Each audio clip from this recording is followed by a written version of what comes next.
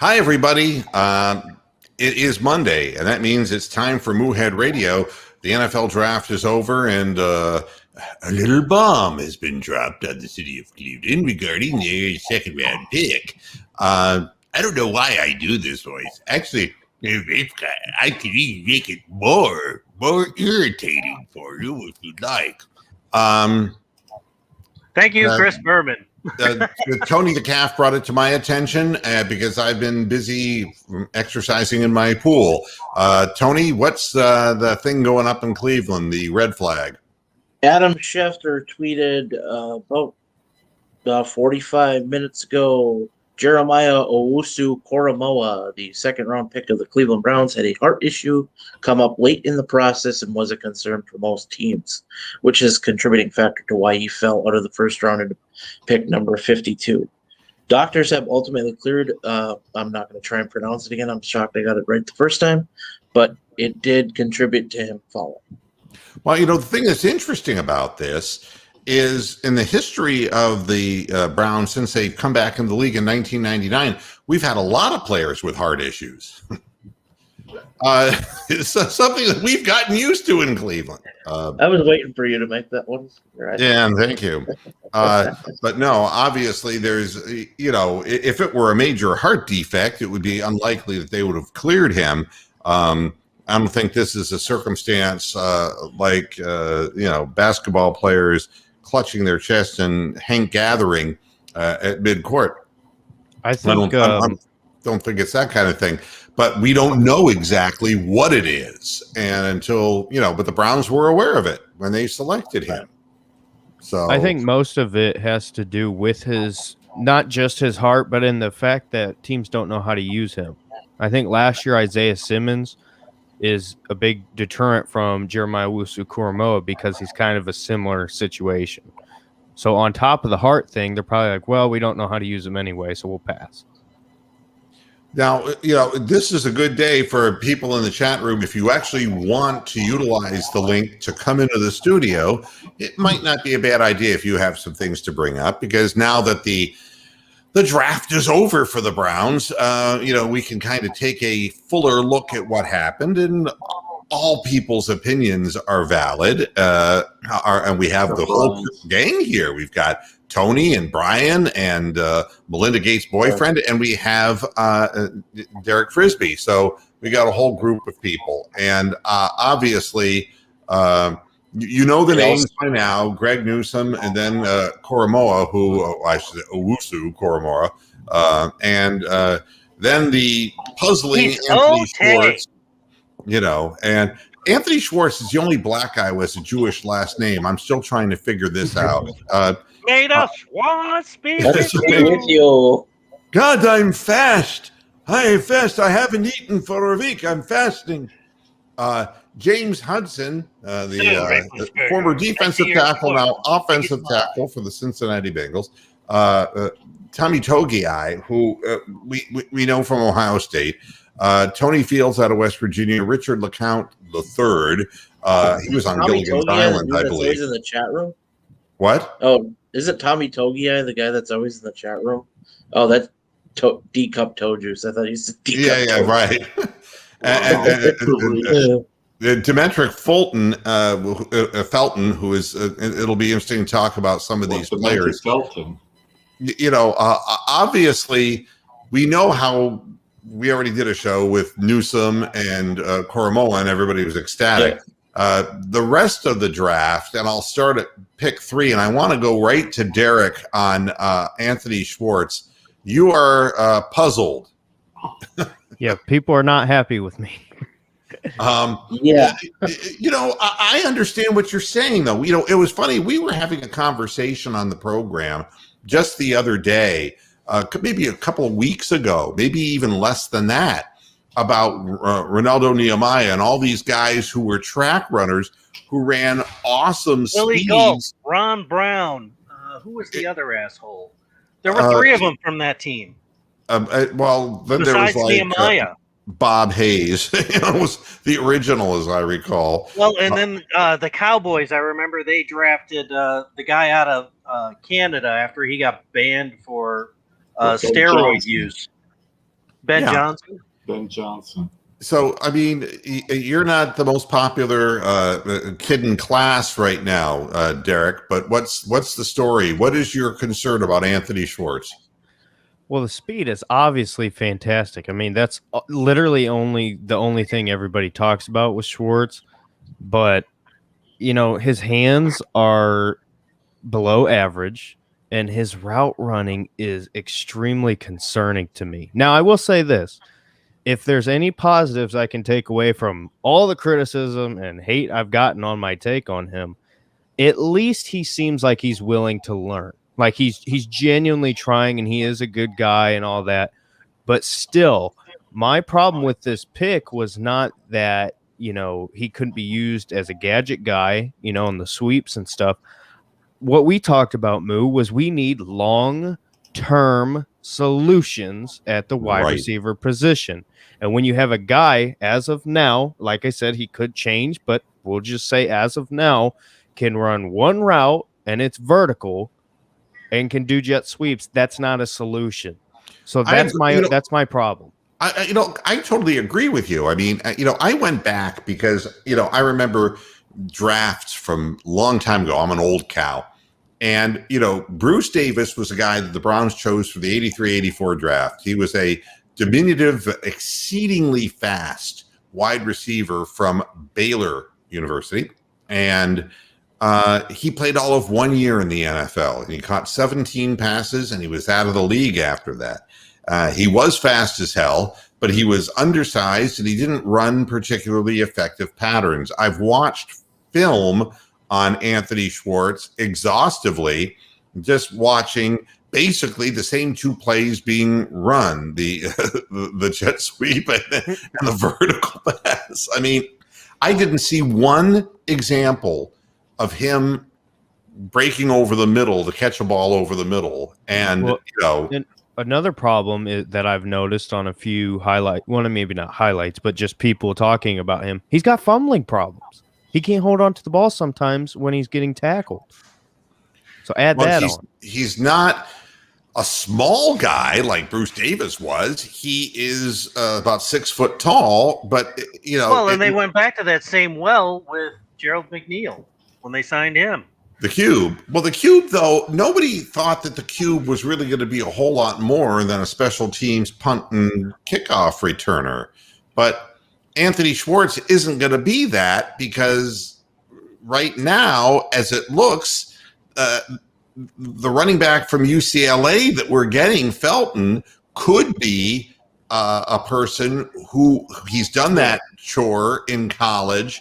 He could be somebody who does that. And the guy from that got hurt last year, JoJo Natson. Yeah, and whether he can hold up for 2 games, let alone 17, time will tell. Tony, what do you think of Anthony Schwartz? I'm concerned. I saw this in Minnesota with Troy Williamson. We saw it 2 years ago with, what was it, Antonio Callaway. These receivers that can just light the world on fire running, but can't catch. Well, the thing with Antonio Callaway, how many of them succeed? Callaway could run patterns, though. Yeah, he got open. He just couldn't catch the ball. He was a bonehead too. But he was a schmuck. But I mean, the problem is if you have a guy who's really fast but doesn't run patterns particularly well, what you've got on your hands is kind of a decoy player. You've got a guy who's a decoy / trick play guy. He shows up on the field. You got to pay attention to him. You can use him for all kinds of misdirection. He ain't going to block anybody, really, but he can be used much like JoJo Natson was early in the season before Natson got hurt. Fake, end arounds, that kind of thing. And so it can set somebody else up. It's a threat. It's a perpetual threat, but he's not in a position to get much playing time predicated on his. I also think that the pick position is extremely baffling. I mean, unless there's some sort of intel they had that some team, which I'm find hard to believe wanted this guy in the third round. I think you could have easily gotten him in the fifth or sixth round and gotten better value with that pick. Well, Yeah. he was projected to go fourth or fifth round, but what I was reading from virtually every draft grade that he got prior to the draft is that there was going to be some general manager who's going to fall in love with him and pick him in the second or third round. And It happened to be Andrew Barry. yeah, and so that's what happened. And the thing that I'm most upset with this pick about is there were guys that I felt could be your long-term solutions. Oklahoma State's receiver Wallace, he's a guy, yeah, he had an injury or whatever, but he's got the traits that would be good for your long-term solution, especially because I think he's similar to the guys we have. Diami Brown, the guy who I loved and banged on the table for the longest time, went just a few spots ahead. You're telling me you couldn't give up a few of your later draft picks to do that to get a long-term, but instead you want to take this guy. And like you said, in the third round when there was much better things available to you. And not only that, if you wanted speed, this draft was full of speed receivers that you could have gotten later. So to me, this pick is just dumb. Well, Big Lurker says it brings him back to Muhammad Massaquoi and Brian Robisky. Massaquoi was a guy who had size, and Robisky was supposedly, because of his father and all that, a really good route runner. Robisky is what Hollywood Higgins, that's what we wanted from Robisky, and that just never panned out. I wouldn't compare these guys. What I would compare this to, this is kind of like trying to, we had this very specific stuff that we needed, and it's almost like, all right, we have to defer to the crazy guy who's the owner of the team, Haslam, and he's like, woo, let's get the fast guy, woo, So it does seem out of place compared to the other players that were selected. Bronk, what do you think? Let's give this guy a chance to get coached up before we crucify him. I mean, yeah, we've had a lot of bad picks, and we've had a lot of bad wide receivers over the year. Corey Coleman or Casey Coleman, whatever the fuck he was. Josh Gordon, Robisky that you mentioned, Big Lurker. I mean, we've had a shitty time picking wide receivers. The best one was probably Brainlett Edwards all those years ago, and he lasted, how Hartley many years? Dykes. We've had some horrendous picks at wide receiver. Let's give this guy a chance. And if he can't catch the ball, like Greg Little couldn't catch the ball, that's another horrendous. Another they got third about the round same pick. spot in the draft, He was literally second the round. same spot. So there you go. I mean, give him a chance. Yeah, I mean, well, he's going to have a chance to prove himself. And he does have one thing that the other players don't have, but the one thing that Derek says that I find absolutely true, that you might get lucky. All right. You might get lucky, but nobody went into this thinking this is a long-term solution to when OBJ and Landry just can't play anymore. I mean, ideally, he's the ideal guy for Landry to throw a pass to. Because, those end-around plays where they got Landry passing the ball, who's going to be watching Schwartz, out in 40 yards down the field? Nobody. Yeah, but the thing is, I didn't see much in the film of him catching the ball in front of receivers, only behind. And if you see him on the field, you're going to immediately run deep with him. You may not be able to catch up to him, conceivably, but then we throw the ball to the tight ends. I understand. I understand. You see where I'm coming from on this. Yeah, well, until we see him play, we don't know what he is. It just seems like that pick kind of stood out as being different. Then we were back on track. James Hudson is a guy who was a defensive tackle early on in his high school career. When he went over to Cincinnati, he had to relearn the whole thing to become an offensive tackle. Again, these are people who have certain skill sets that the organization saw something good about. Derek, first Bronk. Okay. You know what the amazing thing about this pick is? Is that we're actually picking offensive line depth, in the 4th round. I mean, Yeah, we're not looking for what did that primary happen? starters. Yeah, we weren't plugging holes with like linebackers or safeties in the 4th round. We were getting line depth. How amazing is that? How far have we come in 3 years?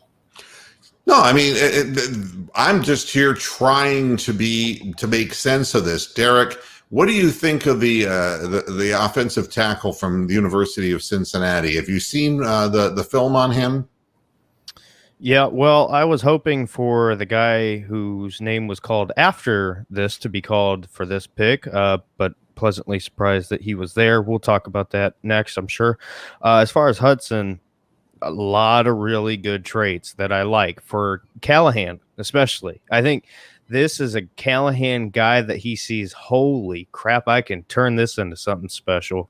And especially because you look at that Georgia-Cincinnati bowl game, and he was lined up against Azeez Ojulari, a guy who we thought could potentially be there for the Browns at 26, and he was. We didn't pick him, but that was a guy we thought could be an edge long-term. Great player.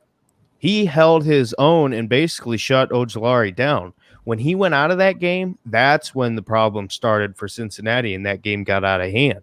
So as far as long-term, I like it a lot. Because of Callahan, I fully trust him. Like I said, a lot of traits to like. I think he could be potential long-term guard solution or even long-term for Conklin there at right tackle.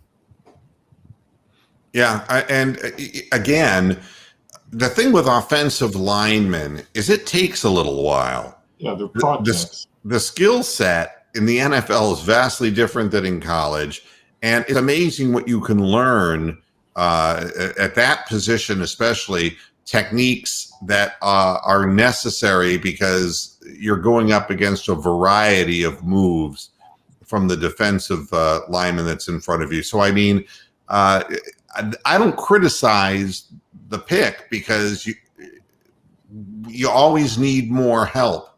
We were down to nothing last year on the offensive line, and who's to say it won't happen again? Yeah.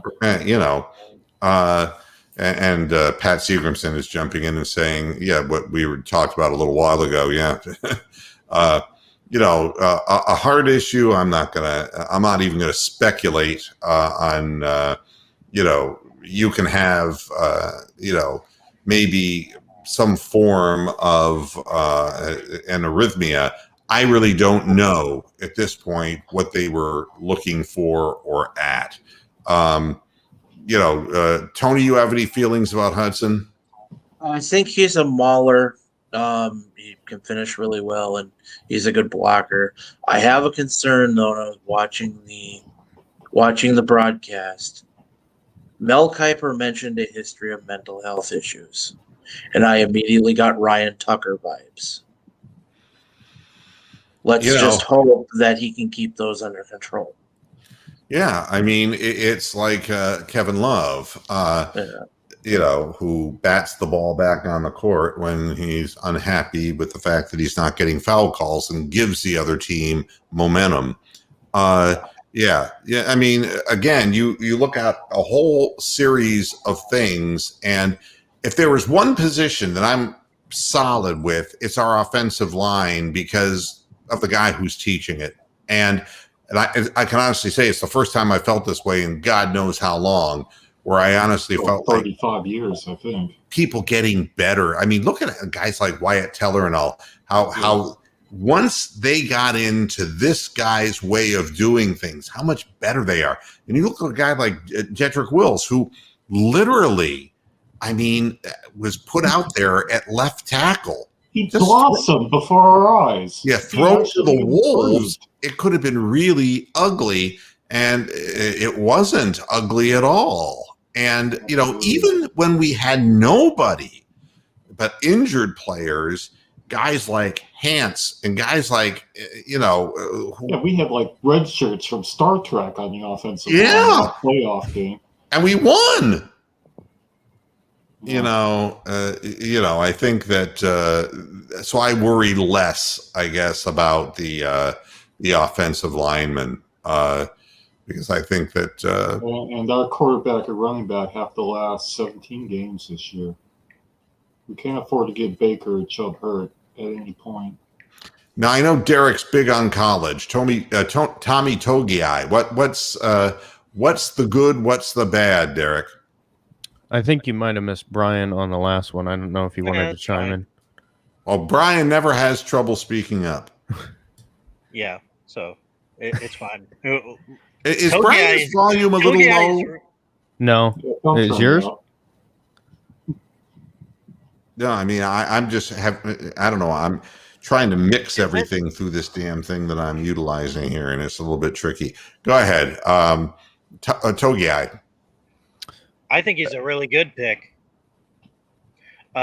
He's going to be really good against the run, and he's actually going to have some pass rush capability. So, Derek, Listen, just because I'm an Ohio State fan doesn't mean I would just openly say I love this pick, because I wouldn't. There's a lot of guys that I don't think would translate to the next level for Ohio State. Tommy Togiai is a guy, if he came back this season, I think he's a bottom of the first or second round pick. And for him to leave, his reasoning was he's healthy, so he didn't want to take a chance, which, whatever, Right. I get it. But this is a guy who is so underrated, in my opinion. Like, when Ohio State didn't have him on the field in the national championship game, holy crap, did you feel it? Like, and first of all, he's coming into a great situation. And when he went to Ohio State, he was in a similar situation where he kind of had to develop. And then once he hit his opportunity, he blossomed just like that and took control and stepped into that number one role. He's strong as an ox, as everybody's saying. He's fantastic on run stopping. That's his number one skill set. I think his pass rushing is better than people give him credit for, but he certainly does have room to improve there. But overall, I think this is your long-term defensive tackle, and I think this is an absolute steal where we got him. Well, one of the feelings that, again, going prior to the draft, the fact that he is undersized and has short arms, and they referred to his frame as sawed off because he just has short arms. He has very tight hips. And that affects lateral engagement in his blocking. He has trouble getting unglued from sustained blocks. He's going to be playing against men who are bigger and stronger. He's below average listed prior to the draft as a pass rushing talent. He hustles, but he's not there as far as defending against the pass. I don't think Tommy Togiai is going to be a guy who's going to be in on third downs. He isn't going to be a starter. That's He right. might get about 10%. no, but they're going to be snaps. rotating. They're going to be rotating Yeah. their entire defensive line. Yeah, exactly. a lot. But he ain't gonna get more than 10 or 15 snaps again. I would disagree. I would disagree with what they said about his pass rush. I think at times you saw really good flashes of what he could be as a pass rusher as well as a run stopper. It maybe not was consistent as it should have been. I'll give you that. But to say Well, he last is season their games weren't as consistent as they should Yeah. have been. How many games got fucking canceled? yeah. Yeah. 4 or And 5? nobody's going to say anything bad about an Ohio State guy. And quite honestly, I don't know enough to say something good or Well, bad. Mark Fleister, He was Leave our projected round 6, round 7 prior to the draft. That's BS. Whoever wrote that, I can tell you that right now. That's ridiculous. This is coming from NFL.com, and that is where the projected place that he would get drafted. The next guy, Tony Fields II, is another one of these linebackers that Joe Woods wants, which is undersized. The interesting part of it, he's only 222 pounds, went to West Virginia. His arms have the same reach as Togiai, which is really interesting when you compare body types. He is a player, that shows good patience in diagnosing the development of a running play. He reads and anticipates cutbacks well. He's obviously fast. He's a capable blitzer and has good angles of pursuit when he does blitz. All 4 seasons at West Virginia, he was a very productive tackler. The weaknesses are the lack of size, which is intentionally the Browns' decision to go for smaller, faster, rangier, if you will, coverage kinds of linebackers. He as the second line of defense, he can be smothered by a big body coming at him. He sits and waits on lead blocks rather than proactively attacking them. He loses track of some coverage duties for man and zone, but, he's playing for West Virginia, and, what's fault, God only knows. So we'll go the other way. Tony, will go from your end first. What do you think of Fields?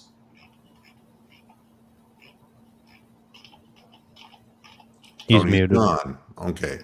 So we will move over to Brian. Sorry, I was muted. I was okay. feeding the cat and didn't want to make background noise. He's going to be a good depth signing. I think he'll be able to use him in situational situations, but I don't think he's going to be anything of a starter. But generally, in the later rounds, you don't really get starters, anyways. So, right, good depth to have. Especially in the Browns situation, linebackers, you can't have too many options available at this point. So, yeah, I mean, what's interesting about all of this is you look at the overall rankings that are given to these players, and they're all right around the 6. And they're all being 5.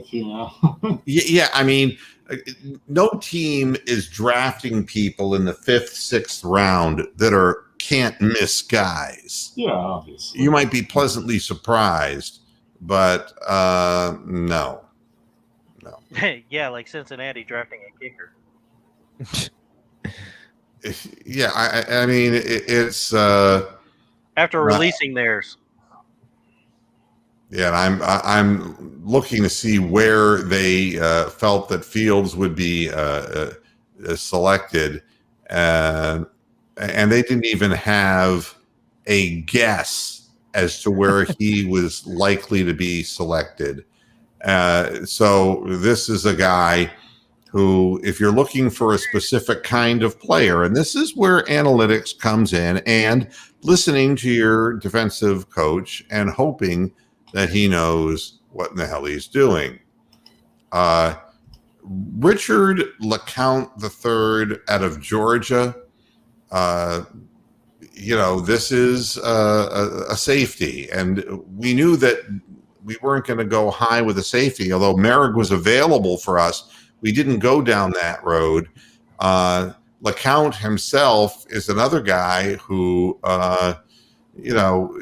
he's graded out just like with the rest of it, about a 5.67 prospect grade on a scale of basically 1 to 10. Nobody gets a 10, really.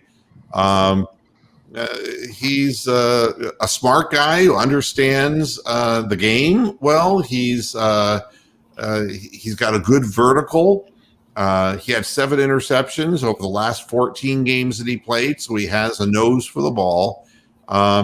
He's above average in recognizing play, recognition in 2019 because he didn't play in 2020. The weaknesses, again, he's slender. He's only average as an open field athlete, but we had people, who were below average last year. He has below average long speed and shows fear of getting burned. This means that he might be a special team player. Well, I mean, the fact of the matter is that the speed of the game is so great. You get guys who are cornerbacks like Denzel Ward. You may say he's not the most durable fellow in the world, but the ability to really cover a man without giving that kind of cushion, it's not easy finding those people, and they go very, very quickly in the draft. Well, and this year they did too. I'll say this. He didn't have any fear of getting burned deep when he bodied Devonte Smith. So, listen, I think this was a pick that I actually really loved. And, I was very shocked that he was even still on the board when his name came across. I was like, what? Like, wow, okay. But yeah, listen, this is a guy who was a 5-star athlete coming out of high school, went to Georgia, played with a ton of talent. You've seen Georgia had 2 cornerbacks taken in the first round. I think this is a big school situation where you have so much around you that it's hard to stand out.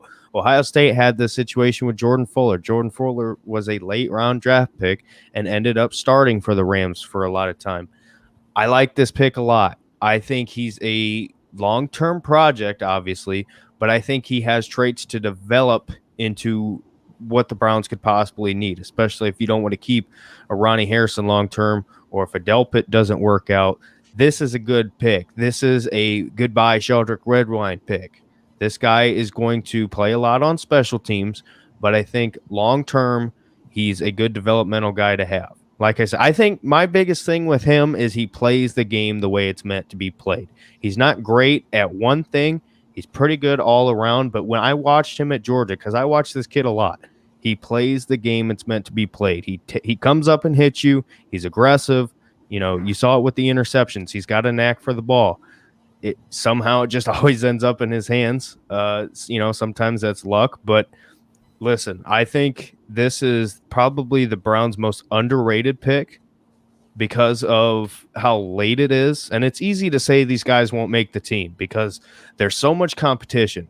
But this is a guy, in my opinion, who's going to come in, going to surprise a lot of people because I think he's going to do more than people thought.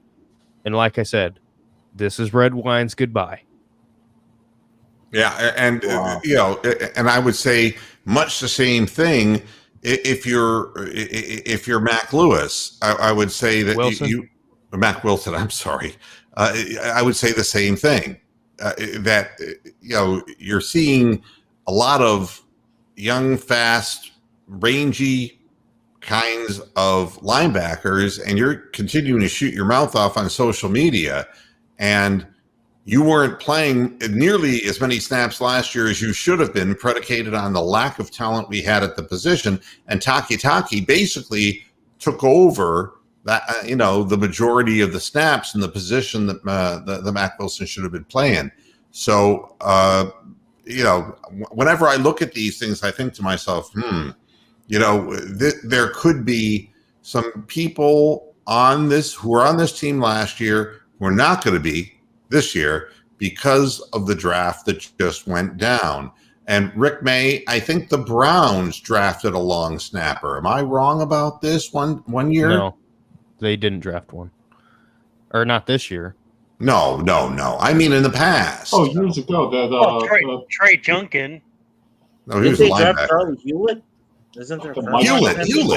Oh, no, it was Mike Junkin that was the Mike long Junkin. snapper. Oh.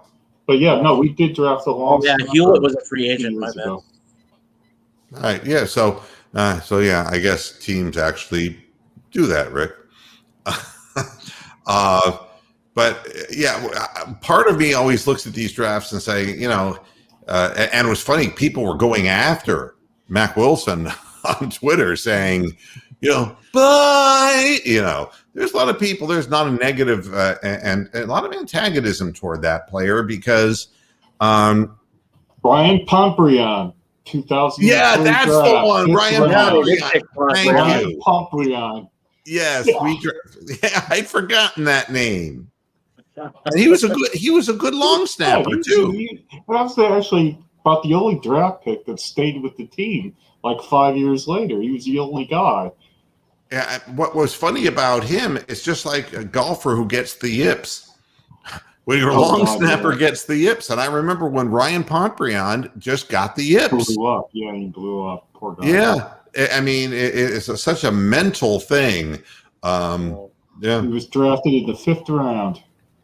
yeah. I mean, which was incredibly high for a guy who was in a position. But of course, back then the Browns punted all the time. Yeah, but So- he lasted all the way. He was drafted in 2003. He lasted all the way to 2011.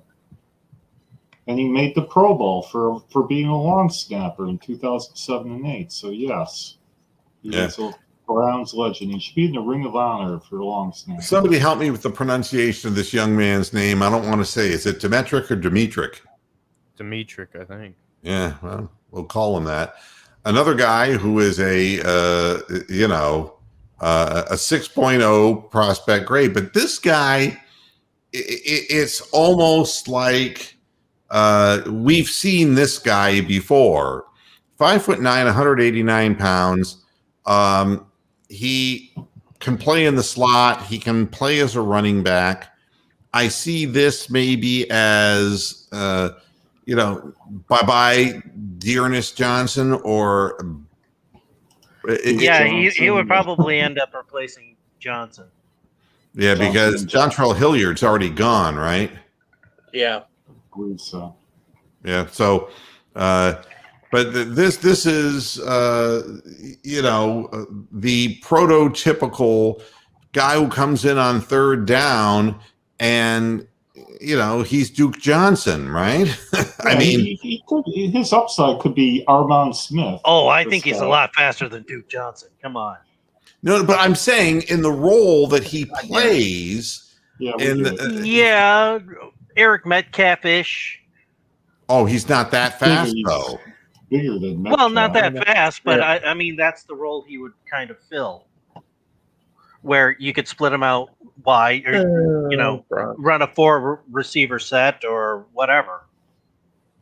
He's a guy who, he isn't thrown to in traffic. Let's put it that way. He's a guy who's the out in the flat kind of guy. The reason I'm comparing him to Duke Johnson is because this is not a guy who's like an ultimate big play guy waiting to happen. He's a guy who plays hard with a lot of energy. And look, Duke Johnson, got himself hurt because he was undersized and he took people head on. And in his first couple of years in Cleveland, Duke Johnson was a very fine ball player in getting yards after contact. He's slippery,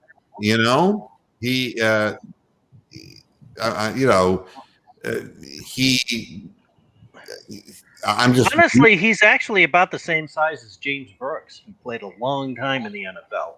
Right. I mean, and at the Senior Bowl, he looked good as a slot receiver too. So two mints in one.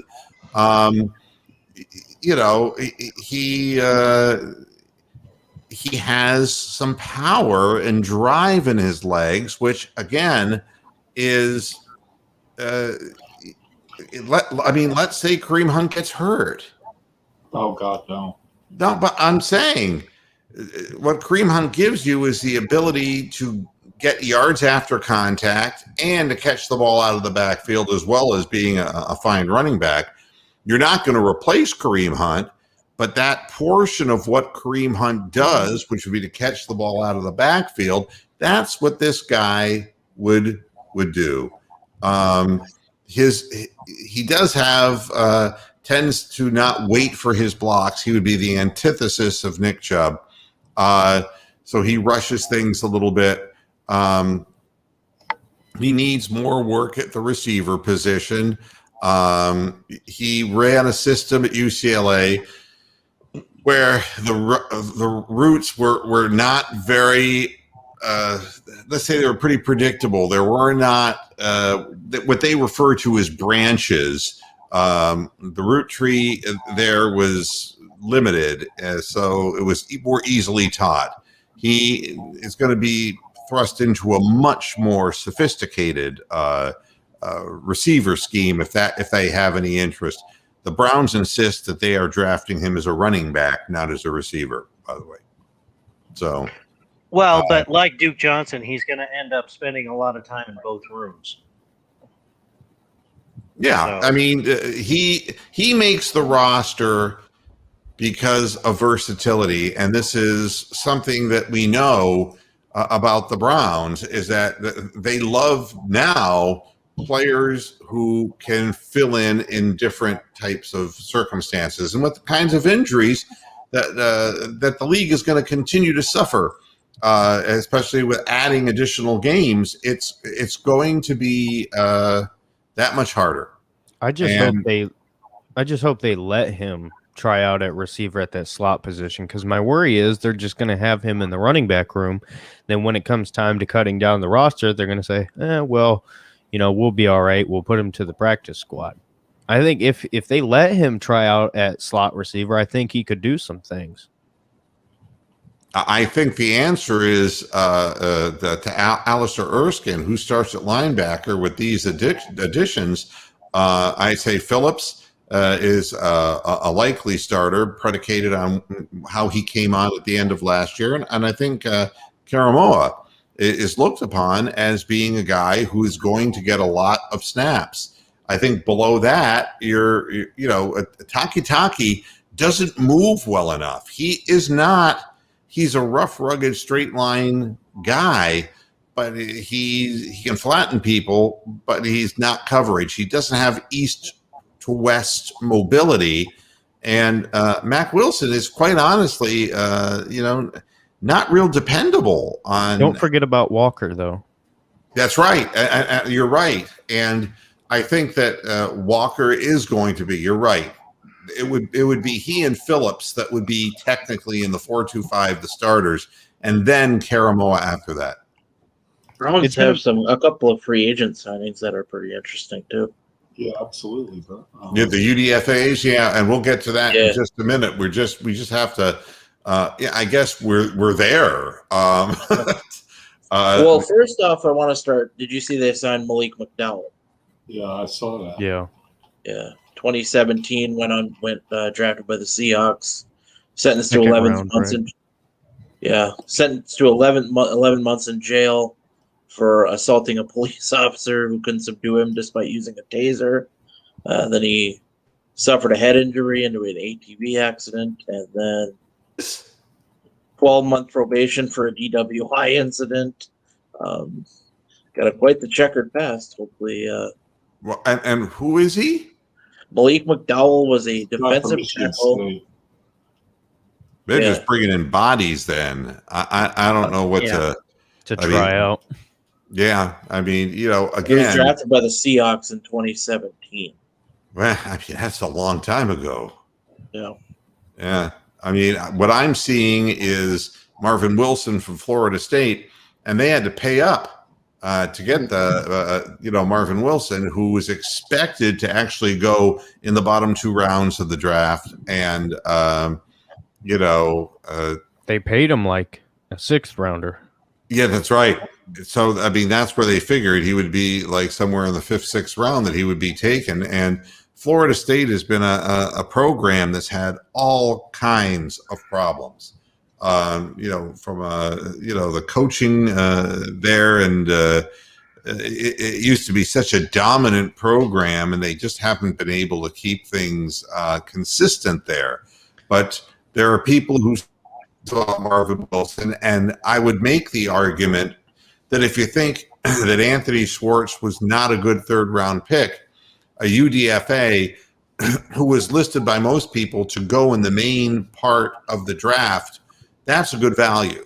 Okay, you got to pay a little extra for him, but you obviously feel that you need help at defensive tackle. And the name Sheldon Richardson is still being talked about, only because nothing's happened with him yet. This is like last year, if you remember. They after the draft was over, and I don't think anybody thought AJ Green would be there as a free agent, and they threw a ton of money at him because they apparently loved him. It's the same thing here. I guess they just didn't think he would be there, so here they are now throwing bags of cash at him.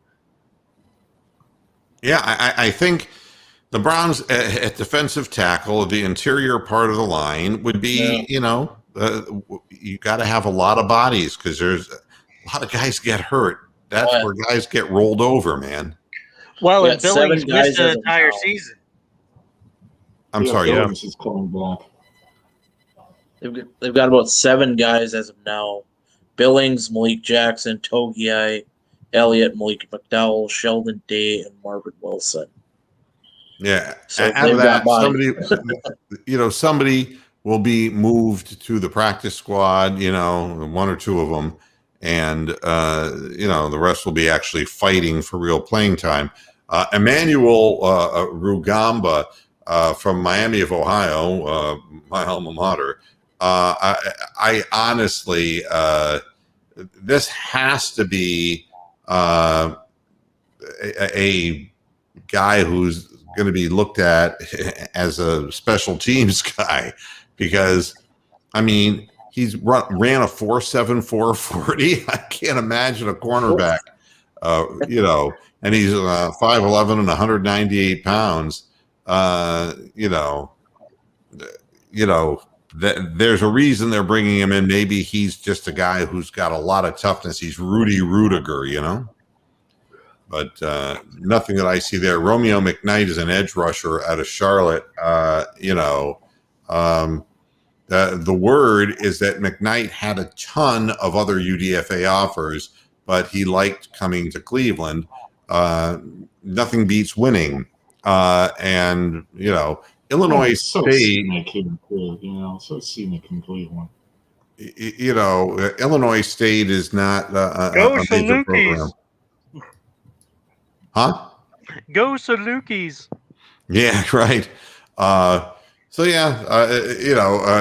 that's a guy who they're going to take a look at as an edge, as a backup edge. You've got to have people to spell the people you've got. So, there's that. There's Trey Harbison III. He's a running back out of Charlotte. I love that we got all these guys with 2s and 3s after their name. I think that's freaking awesome. Yeah. We need a 4th now. Thurston Howell. Thurston Howell the third. Yes.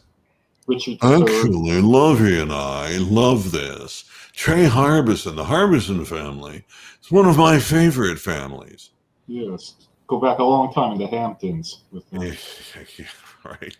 Keandre Thomas, a cornerback from Kansas State, he's from your school, Tony, in Minnesota. transferred to Kansas State. Yeah. Yeah, I probably didn't like the weather in Minnesota. Yeah, UDFAs. Yeah, I don't know. Do any of these people, Derek, tickle your fancy in the UDFAs? I like the D tackle. I like his size. I think he's a lot of potential.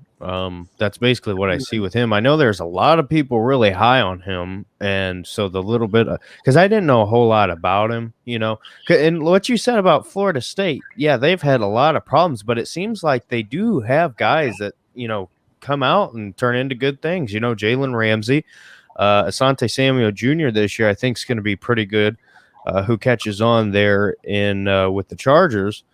So, other than that, not really anything. But I think this kid could potentially, get involved in that tackle room. Alistair Schwartz did return some kicks, but there was nothing prolific. His average on kickoffs, if I'm remembering correctly, was positively mediocre. And what I've seen on the jet sweeps that he runs, it's an open field, and he's not a make somebody miss. He's what he reminds me of is Linda Ronstadt, Blue Bayou.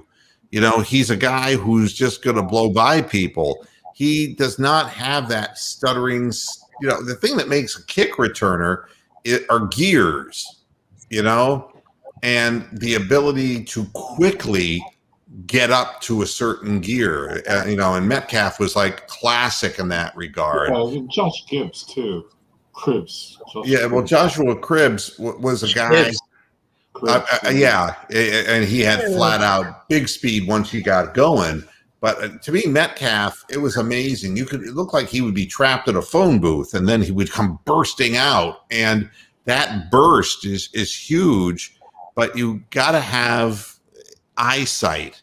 The thing that I saw about Anthony Schwartz running jet sweeps was that there was like a red carpet pointing him the direction that he was supposed to go, because he was wide open, and he was wide open in a field against people who weren't nearly as fast as he was. In the NFL, it's not going to be so easy. So, I wish people would stop saying, well, what about Devonte Smith? He's undersized. Devonte Smith can run some pretty nice routes and has crazy hands. This guy can run one route and is fast with no hands, or little to no hands. There's no comparison there. Willie Gault. Yeah. And look, maybe he'll catch the ball, maybe he won't, but he'll be 4 yards behind the defender. Yeah. So, on the overall, when all is said and done, in analyzing, the first thing that I thought was interesting was the NFL power rankings that came out. And based on the draft, who the teams are who are really improved their stock. Nobody's going to say anything. The Buccaneers and the Chiefs and the Bills are right there, The Packers are basically from 3 to 4 in the power rankings, only because this whole bullshit that's going on with Aaron Rodgers. The Ravens remain at 5. The Browns went up from 7 to 6. The teams that made the biggest jumps were like the Chicago Bears, and you know why that is. There's always hope springs eternal with a new quarterback, and the 49ers as well. I think that these teams, always the people who go after the quarterbacks are it's high risk, high reward. The San Francisco moved from 12 to 9 is what it amounts to. The Steelers went from 10 to 11. So the Steelers didn't really particularly distinguish themselves in this draft. But, realistically, the Raiders are the ones who just blew up. I was seeing a story out of the corner of my eye. Oh, no, you can say it. Shit the bed. Yeah, exactly. Embarrassing. There's a story that one of the 4th round draft pick of the Tennessee Titans has been rounded up and allegedly for punching a woman. What? Yes. What's up with the Titans and tackles or linemen? Last year, same thing. Not even on the team. And and this is something that they didn't know about. They only found out Monday morning. So they had no freaking idea. Oh, no. Yeah. And there's a guy who could be like gone just like that. So I don't know. But what they have witnesses. He was not present, but witnesses said that he punched a woman in the face. Knocked her cold. And we know the Titans like big hitters. Wow. Jeez. So I don't know. So that was surprising to me. For all the talk, the Dolphins. Come on down. The Dolphins moved from 15 to 14 in the power ratings. The Cardinals remained at 16. Not talking about a lot of movement. The Minnesota Vikings remained 17. And they had a pretty good draft, I thought, Tony. Yeah, we did. We got some beef. Hey, Derek, should I be as erect over Wyatt Davis as I am? I cannot believe the 3rd round. Before he got hurt, he was a definite first round. definite first-round draft pick.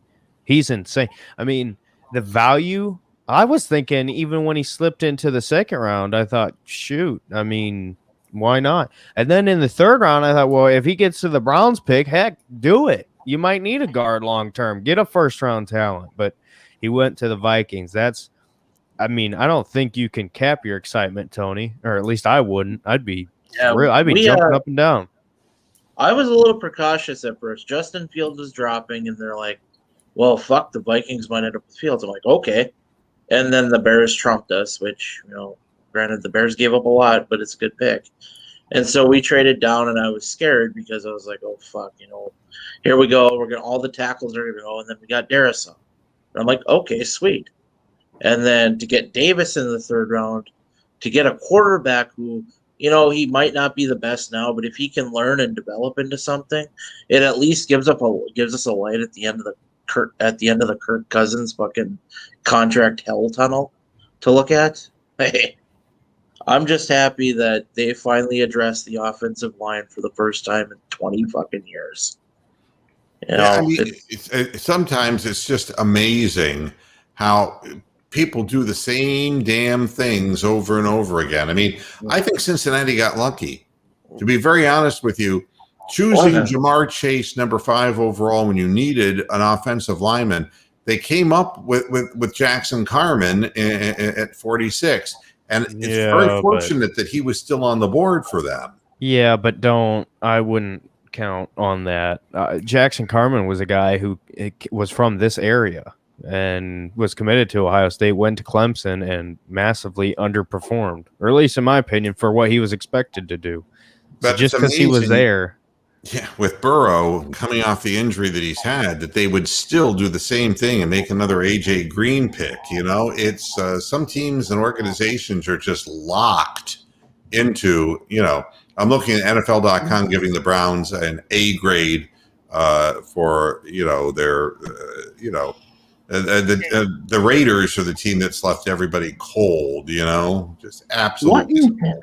Hey, what the hell Tony, is Urban Meyer doing? What is? What the hell was Urban Meyer doing? I mean, yeah, Trevor Lawrence. He was sitting at the end of the table. But Jesus Christ, Travis Etienne? Well, you don't need a running? What the hell is wrong with him?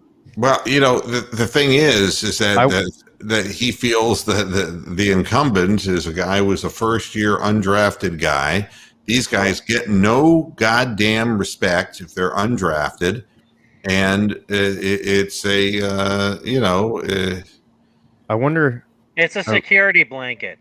I wonder if it was an agreement. I wonder if Trevor said, "Hey, listen, if you're taking me 1 and you want me to be happy, get my guy at 20, whatever it was, 25."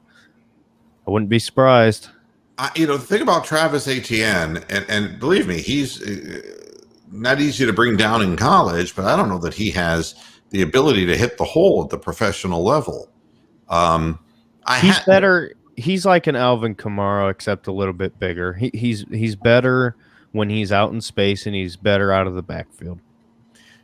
But when I was looking at Nick Chubb in college, I never thought that he would be this prolific. A lot of other teams didn't either. Well, I did, but I actually watched Georgia play, so. Well, I mean, but he wasn't the featured back. Yeah, Sonny Michel was. Yeah, I mean, they have picked up his option. Yeah, it's amazing to me, but Travis Etienne, I don't get it either. I think the Ravens are going to rule that pick in the first round. I don't think Bateman's that good. He's not a number 1 wide receiver in a league where Lamar Jackson needed a number 1 wide receiver. I disagree. I think Bateman's very talented, but I think the problem is you're going to waste his talent. And then with your second first-round pick, you drafted a guy in Jason Owe, which he wants to go by a different name. I don't know what name it is. I know him as Jason Owe, so sorry if you're watching this. Or something like that? Something. But anyway, a guy with 0 sacks, 0 technical skills. He's just a freak athletically. Oh, wait, we've seen this before, Chad Thomas. It's really funny trying to find something bad about the Browns to say. It's like, On ESPN.com, the story is basically after this draft, what are the biggest offseason questions and team needs after the draft? And you're sitting there looking at what are they going to say about Cleveland's great needs? And the answer is, well, there's still a need at defensive tackle, although the Browns remain optimistic of their chances of bringing back Sheldon Richardson after releasing him to clear cap room. The only negative they can come up with is the big thing is how Cleveland handles the massive expectations, the figure to envelop the franchise heading into next season. They wilted against the hype 2 years ago. They have another chance to show they've matured since then. I think that is such crap.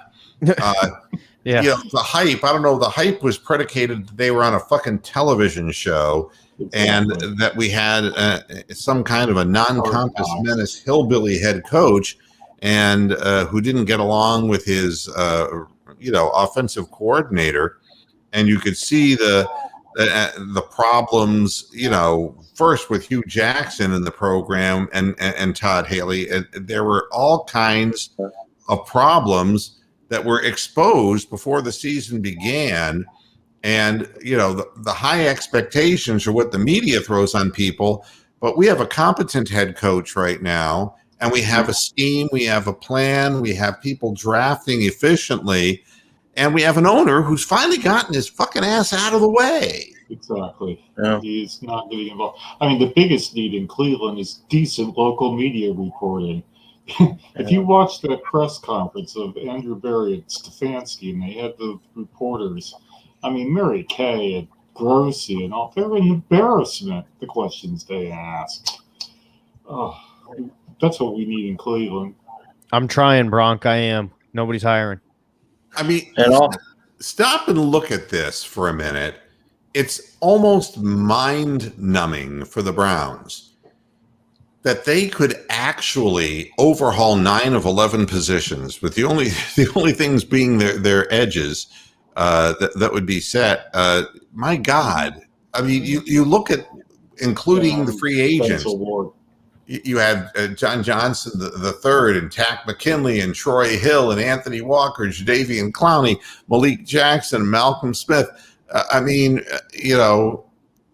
you have Billings who opted out, and Delpit and Greedy Williams coming back. I mean, then you have Newsome and Owusu Koromoa, and then you have Tommy Togiai, and you start looking at these people that you have, and it's like it would not be beyond possibility that the 11 men that you see on the field, that anywhere from 6 to 9 of them could be different people. Yeah. Which is and they need to be. But I mean, they need to be. And the team was good. The team was Well, good. the offense was good. It's been not great. I mean, how many games did we have to score over 30 points to win? Well, hang on to it, hang on for dear fucking life against the goddamn Titans when you're up by 21 at halftime. the craziest thing to me about this whole thing is just with your first 2 picks, that's, to me, it makes your draft an A for sure. And the fact that you got 2 starters, Newsome's probably going to start, and I think JOK is definitely going to start. And not just starters, by the way, good starters. JOK, I don't know if I didn't text it in our Twitter group chat or whatever, but what I've been saying, he's going to be a Ravens killer. The Ravens are going to hate Jeremiah Owusu-Koramoah because what he does best is exactly what they don't want the Browns to have. A guy who's just going to be able to fly around, do multiple different things, and he's quick enough and he's elusive enough to get in Lamar Jackson's face. And possibly, even if he doesn't bring him down, that's just more time for Jadeveon Clowney. That's more time for Myles Garrett. So I'm pumped about him. I know we got to get out of here, but one final point. Look at the Patriots. Here we go. The Patriots are back. Yep. Fucking Belichick gets his Squeebie of the future. He gets a defensive tackle that was likely a first-round pick in the second round. And he gets a defensive end that was a high second-round pick in the third round. Here we Belichick's go. an awful drafter. His draft picks are usually shit. He just gets Not free this agents all the time. Mac Lightning Jones is going to be striking good. twice with a slow, unathletic quarterback who is not going to start the season. And for everybody all wondering about the Patriots, Brandon Weed and Mac Jones. how quickly do you pull Cam Newton when he, just becomes the Cam Newton that he has become, which is not a game changer, not a big play quarterback, and a guy who really kind of, that was the old Cam Newton, Bronk. The new Cam Newton putting his clothes back on in the phone booth or Well, wherever. he was never the same after that fumble. He didn't dive down and try to grab. Yeah. So I'm not convinced about Mac Jones. I'm just not. Oh, he's a bust. He's a massive bust. Jesus. And it'll show. We don't get to see much preseason. You're not going to see him.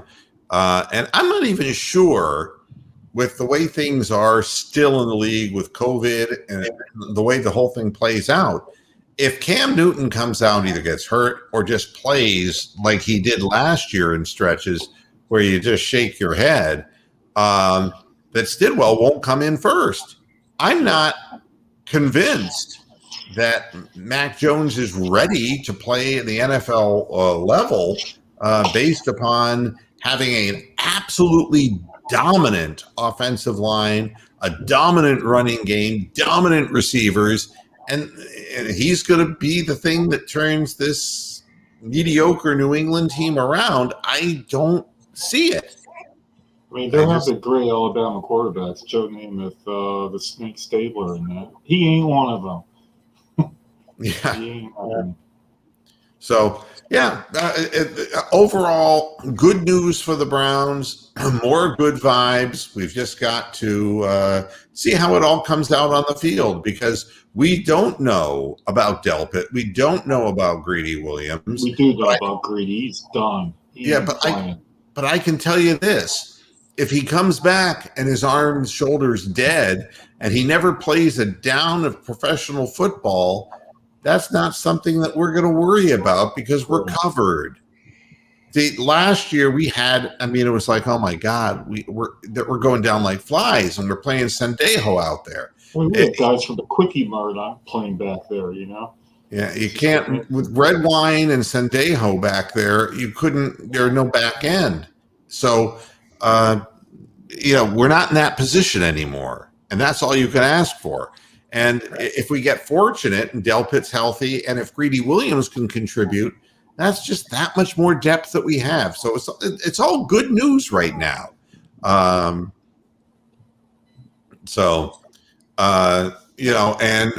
I'll say this to Pat. How about your governor move? All clear. Well, if you want to pick up the variant, it's all clear. Irresponsible behavior, whether it was, having sex without condoms during the time of the AIDS virus and the HIV virus, or if it's going into large packed places where people are screaming unprotected when there's a variant on the loose. There's no such thing as all clear, and there's no such thing as totally safe, no matter how safe you play it. The governor... But that's true any other fucking year, too. 2019 and before, that was still true. Yeah, but 500,000 people didn't die from something. You're trying to compare something where 60,000 people died of the flu with now 600,000 people who have died from this. You can't compare these things. All I'm saying is the governor. Yeah, but how many people get fucking commit suicide? How many people fucking get killed in car red accidents? herrings. These are red Come herrings. on. No, it's not. Yes, it is. It's life. There is risk from the time you were born until you expire. And if you want and the guess what? government, The sun will still rise in the fucking east and set in the west. then you let your governor tell you what to do. And when you get sick, your governor. I don't let any fucking governor tell me what to fucking do. That's exactly right. And so it doesn't matter to me what DeSantis says. It doesn't matter. It's not going to change how I approach this and the level to which I expose myself to the virus is my choice. But I'm the fearmonger, folks. I'm the fearmonger. No. What you're afraid of is something completely different. I mean, I'm concerned because I'm living with somebody who has a history of some respiratory issues. And that's not being fearful, that's being compassionate, which is something lacking seemingly in some people. Compassion is not a bad thing.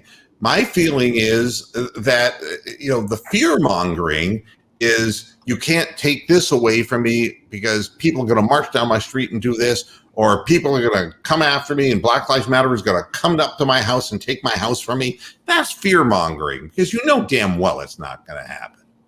Because it hasn't happened in this country before, and the country's not going to become a communist country because it hasn't happened before. The country is what the country is going to be. It's what it's the spending bills, folks.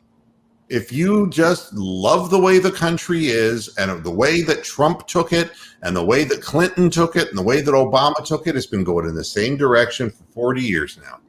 So you won't be disappointed one bit. And you want to know something? The insurance companies don't want to get rid of Obamacare. Ask yourself why. You said this was the death. This was the death of the insurance companies, and it wasn't right, and it was the death of health insurance. They love it. They don't want to change it at all. They fucking wrote the law, man. That's exactly right. They're the ones who wrote the legislation. They're the ones who wrote it, man.